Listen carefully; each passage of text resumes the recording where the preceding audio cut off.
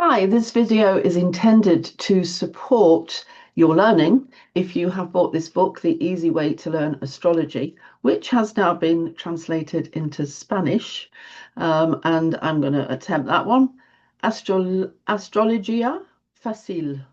Como leer una carta astral. Sorry if I've just messed up your language. Anyway, that's good news, isn't it? What we're going to be looking at is the part of the book that deals with dividing the zodiac signs into different groups so that we can understand these zodiac signs on a deeper level. We want to understand the differences and the same things that are going on between individual signs.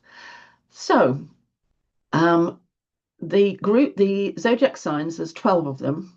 They are actually like psychological forces or energy. They are a division of the sky around us. So total sky around the Earth divided into 12. They are there because of the position of the Earth and Sun. They're invisible. This is kind of like just a coordinate system, really. But what they do is, because of the different positions of the Earth to the Sun, they put us into different qualities as we go around through the seasons. The quality of the energy around us changes according to the way that the Sun's rays hit the Earth. So if the Sun is coming in at a very low angle, then those rays are thinly scattered on the ground. If it's coming from directly overhead, they're concentrated. And all this, the seasons, and the difference of the between winter and etc. All of this contributes in the same way that we have different seasons. In that same way, we have different zodiac energies at different times of the year. Okay, now because those zodiac energies, we have a concentration on different zodiacs at different times of the year because they're all there all the time. So these zodiac signs are always there. When we're looking at the sun or the planets from Earth, they are going to appear to be in one of those zodiac signs. So these zodiac signs are, well, they're like rooms that people go through. So a planet goes through the room, and as it does, it takes on the color of that room or the energy of that room. Or they are just like colors. And so as we look at the planet, or the planet is coming at us, the rays of the planet are coming at us from a certain direction, then that planet is colored by those zodiac signs. You, I'm sure, know that you have a sun sign and that your sun sign, for instance, is in Gemini. That's because the sun appeared to be in Gemini when you were born. And then the sun moves on to Cancer. And so the sun appears to be in Cancer when you're born. To learn some more about the zodiac signs, which is what we've got to do, we need to understand these groupings. So we group them into four. So four in a group, three groups of four. We group them into threes. So then we have four groups of three. We group them into opposites. So we have six groups of opposites. And understanding the relationship between the zodiac signs and how they interact together will give you a lot more basic, fundamental, third level, depth psychological understanding of the zodiac signs. So it won't be just a skim over the top type of thing. Oh, yeah, I know that Taurus loves money and food. There will be a fundamental depth psychological understanding to the energy by understanding its relationship with the rest of the universe. Okay. Right. So, thank you. Now, what I'm going to do is I have made up all in my wonderful artwork. Wait till you see it. I've made up a sort of a piece of artwork which puts all the zodiac signs in a circle. Right, just 1 second and we'll so I'm just going to share with you 1 second. There we go. And as I said, you can appreciate that I was better off being an astrologer than an artist. But anyway, so it will do. And what I've done is I have coloured these sections of the sky in their elements. So fire, as obviously has Aries, Leo, and Sagittarius zodiac signs within it. Earth has Taurus, Virgo, and Capricorn, etc. Okay, so let's start with imagine you're in the middle, by the way. So you're in the middle here, and this ring is around you. It's around the Earth. Okay. So we're going to start by dividing these zodiac signs, all 12 of them, into 4 in a group. So 3 groups of 4. Now to do that, we're not going to be using the same element. So they're all going to be different colours, but they are 2 opposites to each other. So we've got Aquarius opposite Leo, and we've got Scorpio opposite Taurus.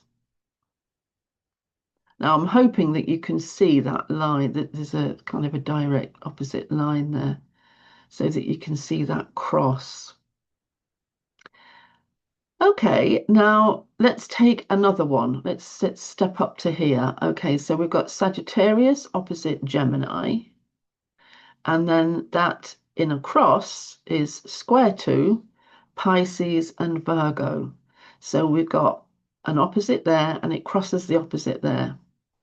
And then let's do the last one then. So Capricorn and Cancer with opposites, Aries and Libra crossing Capricorn and Cancer. Now, these are called the cardinal signs, the fixed signs, and the mutable signs. And I'm just going to run through them. So let's start with the cardinal signs, because they actually begin things. They begin each season. So the seasons being summer, winter, autumn, etc. The cardinal signs bring in that season.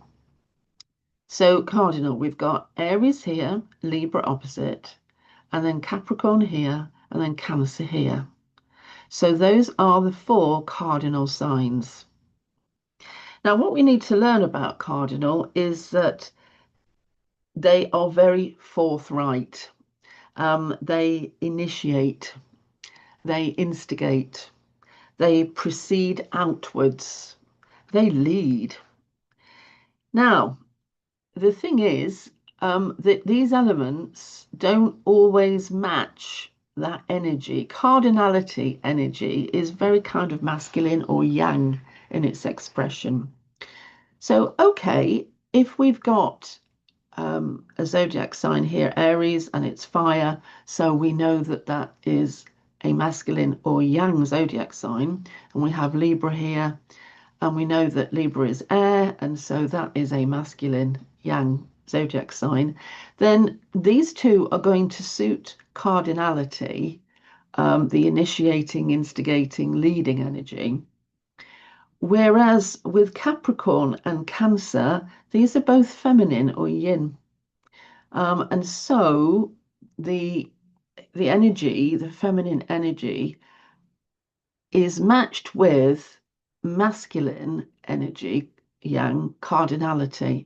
So it's difficult to see, therefore, how Cancer is cardinal. Does Cancer initiate? Does it lead? Does it instigate?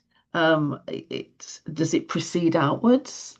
Well, no, we've learnt that Cancer is secretive, private, shies away from anything obvious, goes sideways for things. However, nevertheless, in every Cancer energy, wherever it appears in horoscopes or just generally the Cancer in the sky around us right now, does in fact harbour cardinality within. And so what Cancer wants to do is to lead or initiate people into loving the family, because after all, water sign, family, this is Cancer. But it still holds the cardinality, and therefore we have to understand, oh yes, but it's like a mother who sits her children down every morning and they're squabbling and they don't like each other. And she sits them down and she says, now you've got to tell each other you love each other and give your sister or your brother a kiss every morning. So Cancer is instigating and leading. You have got to love your family. You've got to be with your family. You will love each other. Now that's done not in an aggressive way, but it is done as a mother does it. So perhaps you can see what I'm talking about now. Capricorn, because it's an earth sign and there is something tougher about earth. So Capricorn, we can understand that that initiates, it instigates, it leads. Capricorn has a mission, and it is going to have status at some point along the way in life. Capricorn is going to achieve status, a good home, a nice car, all the usual trappings of successful ownership and earning. So Capricorn can look more like a cardinal sign. So it instigates, leads, initiates. And so it's all about everybody's got to save up and buy a house, that kind of thing. There we go. So that's the card that's the cardinal sign. So Aries, Libra, Capricorn, and Cancer. Okay, next one. Shall we do the fixed signs? So here's Taurus, and Taurus is opposite Scorpio, and across from, sorry, 90 degrees, crossing those two, we've got Aquarius and Leo. Now, fixed signs are fixed. The very nature of them is that they are fixed. Um, it doesn't want to change anything. These zodiac signs can't bear change. They want to stay everything to stay exactly as it is. So I put in the book that they seem to have a tube of everlasting, unmovable glue that they apply to circumstances, friends, and belongings, which is great if loyalty and endurance are called for. And that's actually what you do get with these. They are all very loyal and enduring. However, if you want to change something, then you are going to meet that fixity. You're going to meet that stubbornness. Now, Taurus has a reputation for being stubborn. Okay, fair enough. Actually, if you know anybody with a lot of Scorpio, so a scorpionic person in their chart, then you will know that actually they can be fairly fixed and stubborn. And Leos, come on, yeah, Leo type people can definitely be determined. Now, here's the one that gets everybody confused, including the Aquarian sun signs. Aquarius, being an air sign, likes to think that it has the ability to be flexible, to adapt. Aquarius likes to tell everybody else how they should change and where they should make changes, but it never wants to change itself. And yet, this zodiac sign is not happy that that should be understood about it. This Aquarius wants to believe that it is free and free to be different, to break through, break down, uproot, uproar. But actually, nah, it's very fixed. Okay, so fixed signs, great if you want to get a job done. They have a very heavy central gravity or magnetism, which draws people to them. You can see this especially in Scorpio, very magnetic energy, and people with a lot of Scorpio are magnetic. They do draw people in. There is a mysterious quality which gives you a sense of security because it implies it will always be there. Taurus, great for that. Taurus with the earth. Now, Taurus matches earth and the fixedness beautifully. So you can imagine then that bull in the field in the spring, it's not going anywhere, is it? And that's Taurus, just enjoying what it's got and hanging on to it. Okay, so that was the fixed signs. And now, last but not least, we're going to look at the mutable signs. So we'll start with Gemini. And Gemini is opposite to Sagittarius. And crossing that is Pisces Virgo. So we've got Gemini in air. You shouldn't need me to remind you of this, but I will. Virgo in earth, Pisces in water, and Sagittarius in fire. Now, mutability. Okay, so being adaptable and having the ability to change and to get things moving to be changeable means, well, let's just look at life really. Um, if you look at nature, being adaptable or adaptive is one of the things that means you are very resilient to giving up life because you can change to match what's coming. The coat of many colors can be adapted. So um, changeability, restlessness, and the ability to adapt is seen by nature as being a good quality. However, you could say it's fickle. You could say these guys change their mind too much, especially when you look at Pisces and Gemini. Yes, they do. Virgo, not so much. The restlessness and the changeability that Virgo exhibits is quite difficult to spot because Virgo is an earth sign and therefore planted in earth and doesn't really want to move around. But what Virgo does do is it becomes sort of nervous and it fidgets and it's constantly worried and worrying. And that's the mutability, the changing. Virgo looks at something and says, okay, I'll put it here and I'll sort through it and I'll keep that and I don't want that anymore. And so what you've got there with Virgo is mutability, but it is also stressy. Virgo stresses over the fact that it's earthy and it's got a mutable overcoat, if you like. Sagittarius, difficult one this because fire always acts as if it's like cardinality really. So Sagittarius, restless, fidgety, yes, we can get that.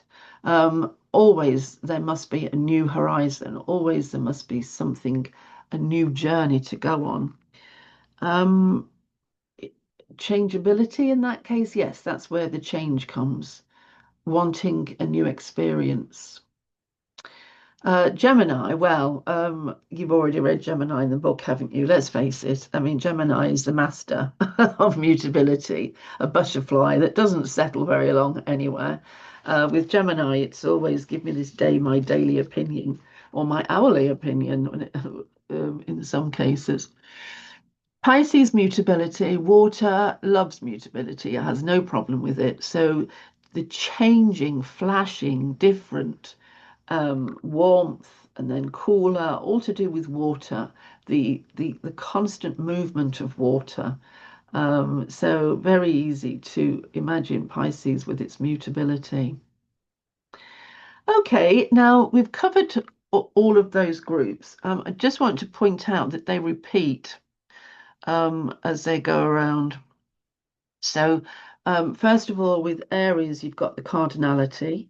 Um, because cardinal leads somewhere, you then want to put that down in roots. You want to nail it down. You want to keep what you've achieved. So Taurus fixes it, fixes what cardinal has reached for. Gemini then comes to break up the fixity of Taurus and create an adaptive environment, but an environment which can bring change. And then Cancer, cardinal again, brings leading into something. And then Leo fixes it down, makes it workable. And then Virgo, with the mutability, it makes it adaptive again, makes it versatile. And so we go around like that with each modality. following the other. And so I'll just do it. So we've got cardinal, fixed, mutable, cardinal, fixed, mutable, cardinal, fixed, mutable, cardinal, fixed, mutable. And then it starts again. Cardinal. Okay, so I'll just stop sharing there, I think. What I'm going to do is I'm going to leave that at that, leave this video at that, and at that length, and hopefully, now listen, what I've done is I have galloped through it a bit, and this is meant to support the book. Don't forget, the book is very cheap. You can get it from any Amazon or any good bookstore, and it really is cheap. It was designed to be cheap. I always wanted to give astrology away to people freely. Anybody that wants to learn it should be able to learn it cheaply and freely, because we all need it and deserve it. And so that's the way my philosophy has run with this, to give everything away freely. Okay, and don't forget to look for astro.com and subscribe to them, because there's some brilliant stuff on there, and you can run off your horoscopes for free on there. And well, I don't think you can actually print them from there, but you can store them there, and you can maybe take a photo or something. So I partnered with astro.com to write this book. Karen Hoffman is the editor, and she was brilliant. And she also wrote a lovely piece about the book and everything on the back. Right, and I'm sorry I couldn't say all this in Spanish, but hopefully you can get the Universal Translator, and that will support your Spanish learning as well. I think that's thrilling, actually, that this book has done so well that they put it into Spanish for the South American market, and also obviously Spain. Anyway, right, great. So that was that, and it's been fabulous to talk to you. And I hope these little videos are useful. I'm 70 now, and I'm going to be retiring at some point. And so what I want to do is just leave all this stuff for other people to access long after I've decided to go on a 12-month holiday or something. Anyway, that's me. If you want a reading, I'm still doing readings. Alison Chester-Lambert, go on there and get a reading. And I'd love to do that. Love to see you. I'm going to stop now. Okay, thank you. It's been great to talk to you. Bye.